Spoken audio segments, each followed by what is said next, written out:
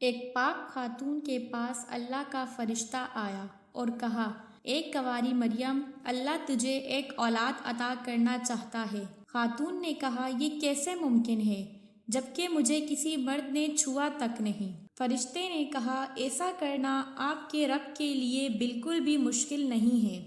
وہ نیک عورت کون تھی جو قیامت تک پاک دامنی کی مثال بن گئی؟ وہ خاتون جسے اللہ نے اپنے زمانے کی تمام عورتوں پر برتری عطا فرمائی تھی۔ السلام علیکم ورحمۃ اللہ وبرکاتہ۔ شروع کرتی ہوں اللہ کے نام سے جو بڑا مہربان اور نہایت رحم کرنے والا ہے۔ حضرت بی بی مریم علیہ السلام کے والد کا نام عمران تھا اور والدہ کا نام حنا تھا۔ حضرت عمران حضرت سلیمان علیہ السلام کی اولاد میں سے تھے اور ان کی اہلیہ حنا داؤد علیہ السلام کی اولادوں میں سے تھیں۔ حضرت عمران بنی اسرائیل میں بڑے عابد، زاہد اور عالم تھے، اس لیے مسجد اقصی کی امامت آپ کے سپرد کی ہوئی تھی۔ حضرت حنا کے ہاں اولاد نہ تھی۔ ایک دن آپ نے ایک درخت کے سائے کے نیچے ایک چڑیا دیکھی جو اپنے بچے سے پیار کر رہی تھی اور اسے دانہ کھلا رہی تھی۔ یہ منظر دیکھ کر آپ کا دل بھر آیا اور آپ نے بارگاہ الہی میں اولاد کے لیے دعا کی، لہٰذا اللہ نے آپ کی دعا قبول فرمائی۔ حضرت مریم علیہ السلام کی پیدائش سے پہلے آپ کی والدہ نے منت مانی تھی کہ وہ اپنی اولاد کو بیت المقدس کی خدمت کے لیے نذر کر دیں گی۔ بنی اسرائیل کے ہاں یہ روایت تھی کہ جو لڑکا اللہ کی نذر کر دیا جاتا تھا وہ نہ شادی کرتا تھا اور نہ دنیا کے کسی مشغلے میں دلچسپی لیتا تھا، صرف عبادت گاہ میں خدمت کرتا تھا اور خوب عبادت میں مشغول رہتا تھا۔ لہٰذا حنا نے اللہ سے بیٹے کے لیے دعا کی تھی، لیکن ان کے ہاں بیٹی پیدا ہوئی۔ حضرت حنا نے لڑکی کا نام مریم رکھا، جس کے معنی خادم کے ہیں، کیونکہ آپ مسجد اقصی کے لیے وقف کر دی گئی تھی، اس لیے آپ کا نام مریم رکھا گیا۔ حضرت مریم علیہ السلام کی ولادت سے پہلے آپ کے والد کا انتقال ہو گیا تھا، اس لیے حنا علیہ السلام نے ولادت کے بعد آپ کو ایک کپڑے میں لپیٹ کر بیت المقدس کے علماء کے سامنے پیش کر دیا تاکہ وہ انہیں اپنی کفالت میں لے لیں۔ جب حضرت مریم علیہ السلام بیت المقدس میں لائی گئی تو مجاوروں کے درمیان اختلافات پیدا ہو گئے۔ ہر کوئی خود کو آپ کا زیادہ حقدار سمجھتا تھا۔ پھر یہ فیصلہ ہوا کہ مجاورین وہ قلم جس سے وہ توریت لکھتے ہیں پانی میں چھوڑ دیں، جس کا قلم پانی کے بہاؤ میں بہنے کے بجائے الٹا بہے گا وہ مریم علیہ السلام کی کفالت کا حقدار ہوگا۔ اس مقابلے میں حضرت زکریا علیہ السلام بھی شامل تھے۔ ان کے قلم کو اللہ نے پانی میں بہاؤ کے الٹی طرف بہا دیا اور وہ ان کی پرورش کے حقدار ہو گئے۔ اس طرح حضرت مریم علیہ السلام کو اللہ کی مرضی کے مطابق حضرت زکریا علیہ السلام کی کفالت میں دیا گیا۔ حضرت زکریا علیہ السلام کی بیوی حضرت مریم علیہ السلام کی خالہ لگتی تھی، اس سے بڑھ کر ان کی بہتر پرورش کون کر سکتا تھا؟ حضرت مریم علیہ السلام دوسرے بچوں کے بنسبت بہت تیزی سے بڑھ رہی تھی۔ جب آپ حضرت زکریا علیہ السلام اور اپنی خالہ کے گھر پرورش پا کر کچھ بڑی ہوئی تو بیت المقدس میں آپ کے لیے ایک کمرہ مخصوص کر دیا گیا۔ یہاں حضرت زکریا علیہ السلام کے علاوہ اور کوئی نہیں جا سکتا تھا۔ آپ دن رات اللہ کی عبادت میں مشغول رہتی تھی۔ جب حضرت زکریا علیہ السلام آپ کے پاس آتے تو حیران ہو جاتے، کیونکہ آپ کے پاس بے موسمی پھل موجود ہوتے تھے۔ گرمیوں کے پھل سردیوں میں اور سردیوں کے پھل گرمیوں میں آپ کے حجرے میں موجود ہوتے تھے۔ حضرت زکریا علیہ السلام حضرت مریم علیہ السلام سے پوچھتے ہیں، یہ پھل کہاں سے آتے ہیں اور کون لاتا ہے؟ تو حضرت مریم علیہ السلام فرماتی ہیں، اللہ کے پاس سے۔ حضرت مریم علیہ السلام کو اللہ نے پسندیدہ اور مومنہ بندی میں شمار کیا تھا، جس کا ذکر سورہ آل عمران میں ہوا ہے۔ اور جب فرشتوں نے کہا، اے مریم، بے شک اللہ نے چن لیا ہے آپ کو اور خوب پاک کر دیا اور پسند کیا ہے تمہیں تمام جہان کی عورتوں سے، اے مریم خلوص سے عبادت کرتی رہو اپنے رب کی۔ حضرت مریم علیہ السلام جس مقصد کے لیے چنی گئی تھی وہ ابھی باقی تھا۔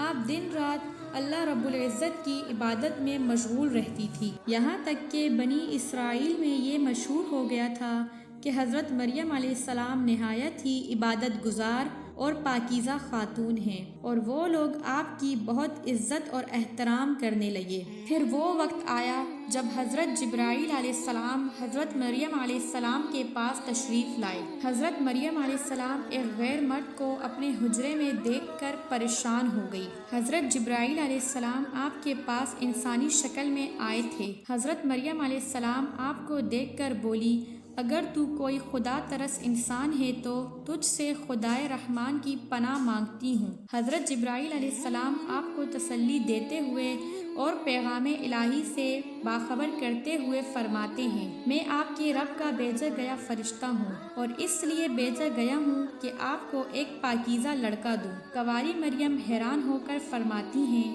میرے ہاں لڑکا کیسے ہوگا جبکہ مجھے کسی آدمی نے چھوا تک نہیں، اور نہ میں کوئی بدکار عورت ہوں۔ حضرت جبرائیل علیہ السلام نے فرمایا، ایسا ہی ہوگا۔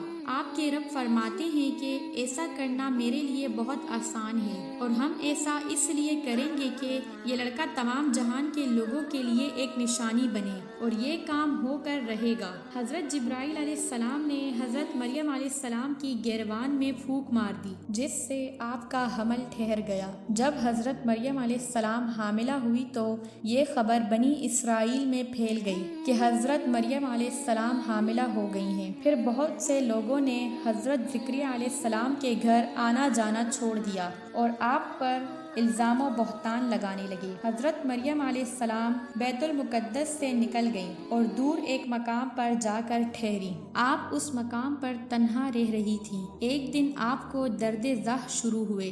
آپ نے ایک درخت کا سہارا لیا اور تنے کو پکڑ کے نیچے بیٹھ گئیں۔ آپ جس درخت کے پاس بیٹھی تھی وہ ایک خشک درخت تھا۔ جب آپ اس درخت کو ہلاتی تو معجزے سے وہ سرسبز ہو کر پھل دیتا تھا۔ حضرت مریم علیہ السلام درد سے بے چین تھیں، بدنامی کا خیال تھا۔ آخر گھبرا کر کہنے لگی کہ کاش میں پہلے ہی مر گئی ہوتی۔ اور مشکل وقت میں اللہ تعالیٰ نے حضرت مریم علیہ السلام کے قدموں کے قریب ایک نہر جاری کر دی اور ندا آئی، پانی پیو اور کھجور کھاؤ تاکہ جسم کو طاقت پہنچے، پھر اپنی اولاد کو دیکھ کر آنکھوں کو ٹھنڈک پہنچاؤ۔ اسی عالم میں حضرت عیسیٰ علیہ السلام کی پیدائش ہوئی۔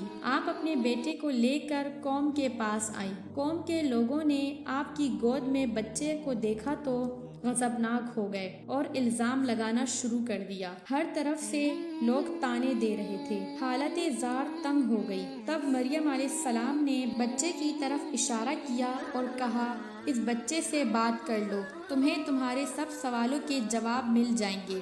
سرکش لوگوں نے کہا، بھلا یہ دودھ پیتا بچہ ہمارے سوالوں کے جواب کیسے دے گا؟ اچانک حضرت عیسیٰ علیہ السلام نے بولنا شروع کر دیا۔ بچے نے کہا، بے شک میں اللہ کا بندہ ہوں، مجھے کتاب دی ہے اور نبی بنایا ہے اور بابرکت بنایا ہے جہان کے لیے، اور مجھے نماز اور زکوٰۃ کی وصیت کی ہے، اور جب تک میں زندہ ہوں اور اپنی ماں کے ساتھ نیکی کرنے والا، اور مجھے بابرکت اور سرکش نہیں بنایا، اور مجھ پر سلام ہے جس دن میں پیدا ہوا اور جس دن مروں گا اور جس دن زندہ کر کے اٹھایا جاؤں گا۔ اس کے بعد حضرت مریم علیہ السلام حضرت عیسیٰ علیہ السلام کو لے کر مصر چلی گئیں۔ جب حضرت عیسیٰ علیہ السلام کی عمر مبارک 13 سال کی ہوئی تو وہ پھر بیت المقدس واپس آ گئیں۔ روایتوں میں حضرت مریم علیہ السلام کی تاریخ وفات 35 عیسوی اور آپ کی عمر 51 سال لکھی گئی ہے۔ اسلام کے علاوہ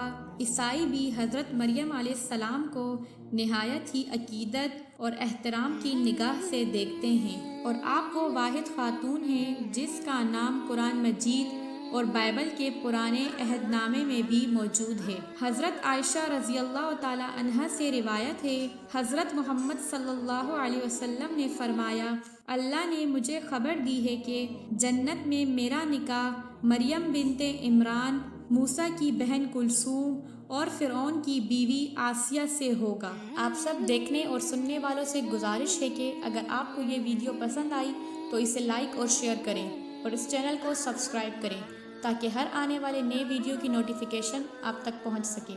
جزاک اللہ۔